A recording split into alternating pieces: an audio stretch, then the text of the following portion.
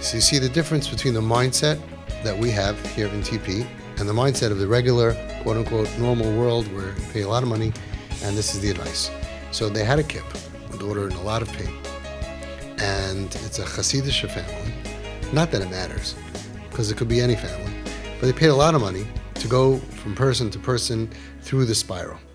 And the sad part is that if you only knew all of this at the beginning of the spiral, the kid would still spiral, but instead of all the way down to homeless and feeling like you want to die, the spiral is much less because it's just dealing with their pain and whatever is breaking them, and not the additional pain of everybody hates me, I'm the black sheep of the family, my parents only criticize me, and all of that, which is like trauma on top of all of their pain. But because parents love their kids, don't see the knife, so of course they make mistakes. But the advice they got was terrible. Now here's conventional wisdom.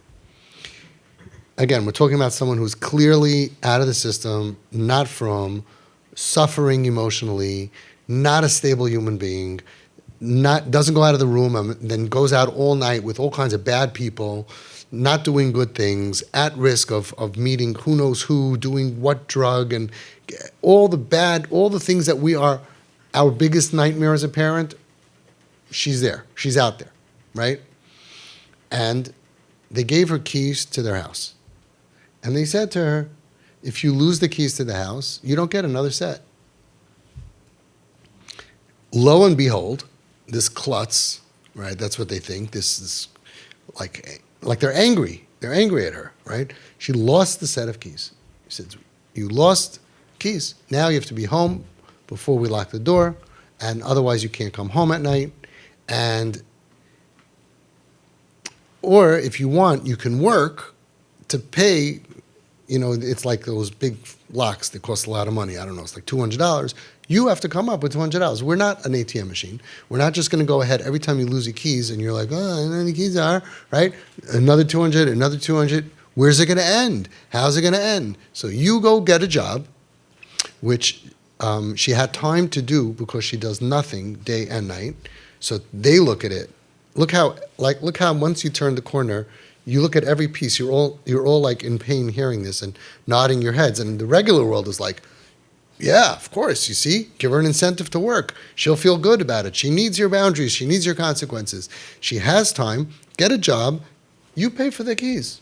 Why am I paying consistently for your keys that you just lose because you don't care? We look at it, literally, treat it the same as physical illness. And when we do, we get the results that they're dying for. They want our results. They want peace in the home. They want a kid that comes home instead of going out to the park all hours of the night. We get all of that. They can't figure out, how does it come from giving it? Well, you're just going to give in to the kid whatever they want. And we look at it, we know that this kid was good, right? That's our baseline. This kid was good. You knew this kid at 7, 8, 9. Most of you will say that you never dreamed that this would be the problem kid that you're suffering from. Okay, some of them, about 5%, we knew something's wrong since they're a little kid. And some of them went through childhood trauma that they don't even remember. And some of them, maybe the batteries were put in wrong in the assembly line. I don't know. Some of them are just like, okay. Bottom line is, most of them, like 95% of your kids, never expected this to be. All of a sudden, they're crazy. They're just acting crazy, right? The baseline that we look at it is the kid is good, and they're struggling.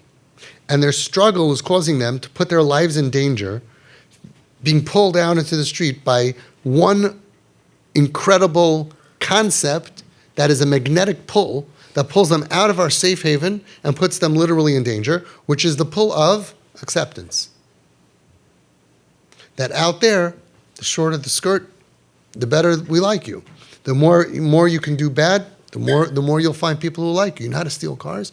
Great. We need a guy like you on the team. You know, you're angry at the system? Great. So they're embracing and we're rejecting. And they go to whoever's going to embrace them and not ask questions and not say, even though we love our kids, when are you coming home? Why aren't you coming home? When are you coming home? When are you coming home? And instead of them feeling, wow, I am so loved. I have parents who would die for me and literally stay up at night ripping their hair out in worry and in fear and anxiety because I am in danger. And these kids feel, what a hassle. You're hassling me, a million questions. You're bothering me. You're in my way. You don't care about me. It's like the craziest thing. Nobody cares about your kids more than mom and dad. And the kids think that everybody on the street cares about them, right? And Be'ezras Hashem, you should all get there, like is happening now with parents after a year or two, where they drop all those kids on the street and they realize that the only people that really were ever here for me is mom and dad. So the ratzon of the parents, the will of the parents is to be there for the kid, but those tools are all working against it. So they think punishment. Oh, then you're not going to lose keys because you're losing keys because you're careless and you don't care, and we look at it like no. Look at this opportunity. So they came here, they trained, they started bombing. This is 1 week. They're getting hugs and smiles and giggles that they have not gotten in over 2 years of following other people's direction. Now, some people will say, who says hugs and giggles is good? Yeah, hugs and giggles is good.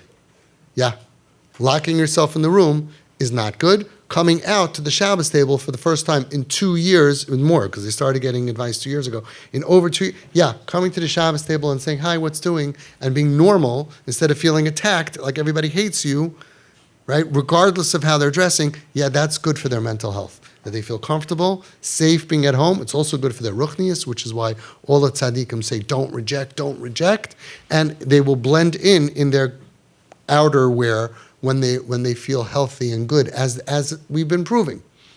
So I said, about the key thing, right? Here's what you're going to do. Chazal tell us, the Medrash says, that it says, V'yitein l'cha elikim, mital hashemayim u'mishmani ha'aretz. And we say this, Matzah Shabbos, a lot of people say this. V'yitein l'cha elikim, and God will give you. So first the Medrash says, V'yitein l'cha what? God's going to give you what? So part of, before mital hashemayim mishmani ha'aretz, from, the fruits of the land and the good stuff, the gashmias, the first thing, V'yitein l'cha, is elikim. That's one Medrash. God will give you elikus. God gives a human being the ability to attach ourselves to the Ein Sof. We have a chance to have in us and a connection, elikus. Very nice.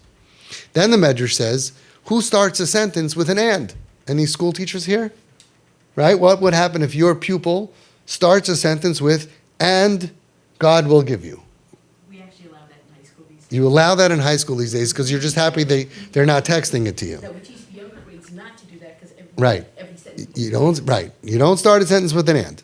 Okay. V'yitein l'cha elikim, and Hashem will give you. What does it mean?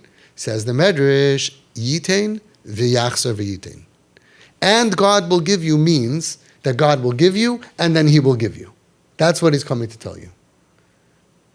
That Hashem, when He gives us stuff, He's telling you, I'm going to give you, and don't worry, don't have this fear, I'm going to give you again. I wrote about this in GPS at length. It's a great chapter to read. Because we think like, we're going to lose the gift, and we're done. Hashem's like, I know you're going to lose the gift. Because you're human, and I created you, and ki yadati, I know you're Yetzer, and I know that life's not easy. So I'm letting you know, Yitain v'yachzor v'yitain. So imagine, this is the example that I used in GPS, imagine that you go to your child when they get married and they want to start a business and you say, listen, I'm giving you $100,000. But if you lose that $100,000, you're on your own for the rest of your life. So that kid has tremendous anxiety. It's great. It's an amazing gift. We all wish we had that. But, okay, you're really nervous every step of the way. Nerves can make you not make mistakes. It could also make you make mistakes. But imagine a father's a rich guy and he says, listen, I'm giving you $100,000 to start a business, but I want you to know that if you lose the $100,000, I have another $100,000 for you. Be smart about it. Try to be a self-made man. Try not to need me, but you're not going to have to commit suicide. Don't worry. Yitain v'yachzor v'yitain. I'm always going to be here for you to get you started again. That's what Hashem does with us, but it gets even better. Or as I wrote in GPS, but wait, it gets even better. According to the Medrash, that what is God giving you? He's giving you elikus. That means that He's giving you godliness That means that v'yitein lecha elikim means that God is saying, I am giving you godliness. There's no bigger gift in the world to be able to feel spiritual and to act proper and to connect to Hashem. And Hashem says, and I know you're going to lose it. And I'm telling you now, not what we would say. You better not lose this. I am giving you an opportunity to have a lakus.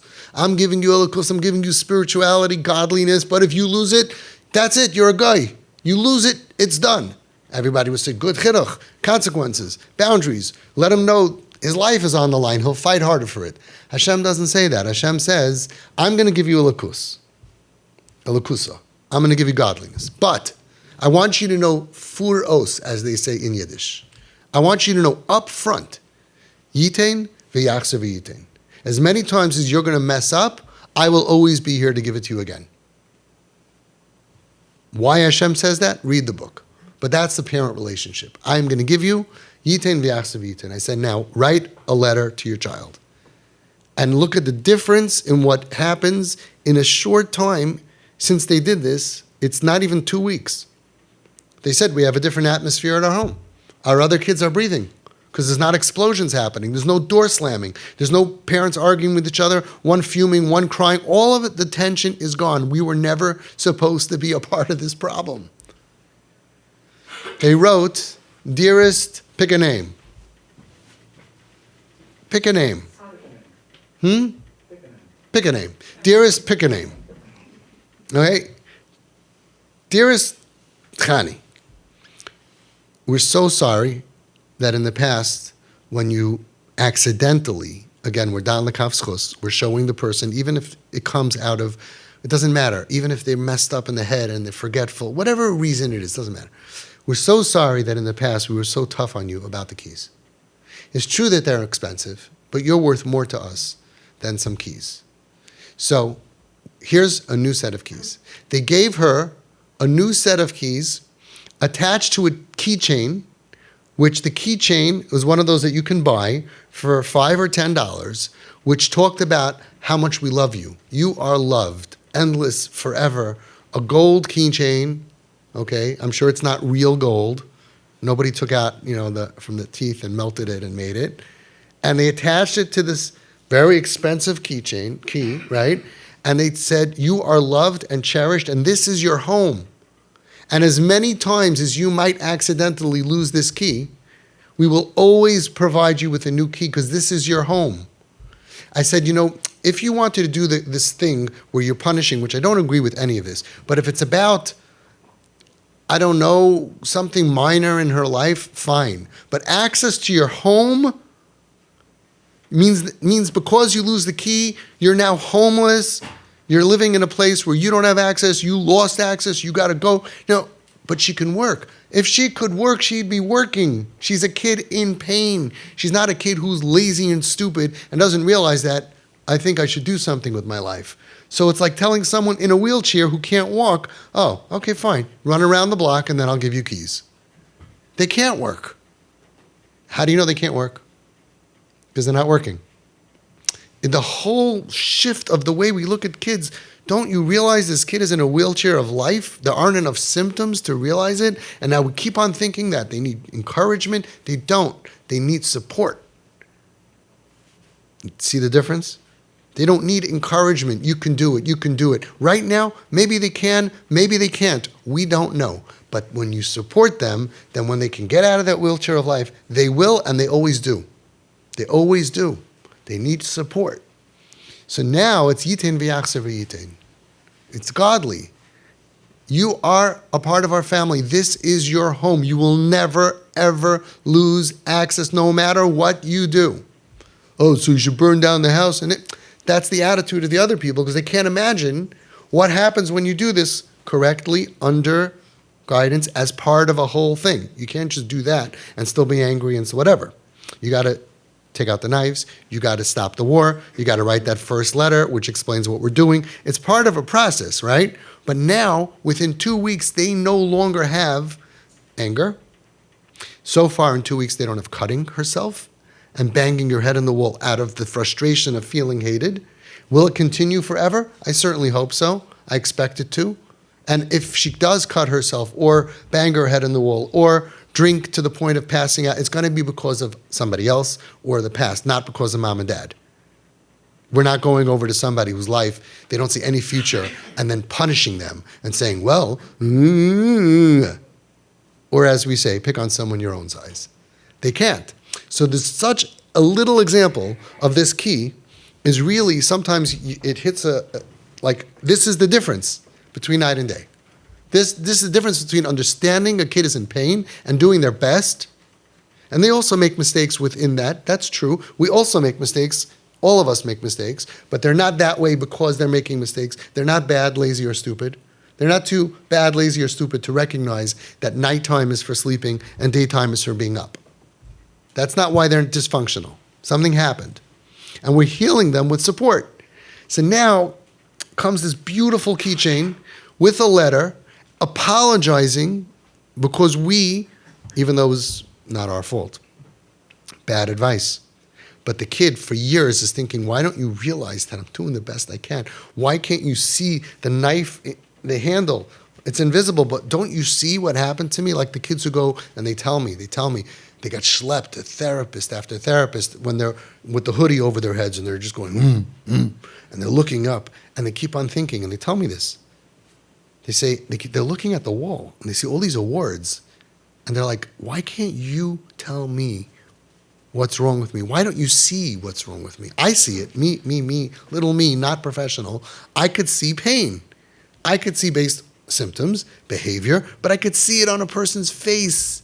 I could see it. I could see too much. Sometimes I want to dive and I shouldn't see so much. You get used to it. You get new eyes. You could see people who are in pain. You could see it. And this guy says, I'm sitting here with my hoodie over my head and I'm grunting and you have all these plaques and you can't figure out what's wrong with me. You need me to answer questions. And they get so frustrated. And meanwhile, we say, listen, they're not communicating. I don't know, in Home Sweet Home, they didn't communicate. I put my feet up on the chair and proved my trust to them, and they opened up to me. And the more I knew, the quicker that they knew that I knew, the more they felt safe around me, which is why you have to become experts on trauma, because the more that you are comfortable in the field of trauma, the quicker they will open up to you. They just know. And then you'll realize that you would have missed all those things that they threw out, little hints and little stuff, and other people are just totally oblivious, and you're not. So you're going to start picking up on stuff and realize, oh, it's starting to come out. And it's like a turtle. The head goes back in, under the shell, because it's their deepest, darkest secret, especially when it's really, really horrible. It's their deepest, deepest secret. So over here, we're fixing the core of trauma, the core of all pain, whether it's trauma, whether it's anything that's hurting the kid, ad kadei kach, that they're struggling with life. Most of our kids are not struggling with religion, they're struggling with life. And we're rehooking them to mom and dad, saying, you have value. We don't have to say that even, because I'm crazy about you, I love you, I like you. So then they feel likable. So their self-esteem automatically goes from 0 to 20 or 30. You take them out of suicide zone. When they plummet and they hit 0, they have no reason to live. My own parents don't like me. I'm a nuisance. Everyone will be better off without me. Once they start feeling that, and even when you're aggravated at them and they're fighting you and cursing you, part of them is saying, they're all better off without me. I'm such a loser. Even when they're cursing you and they seem like they're strong, part of them, they hate their life. They hate it. Everybody hates me. Everybody looks down at me. Nobody understands me. Everybody looks at me as bad. We look at them as good.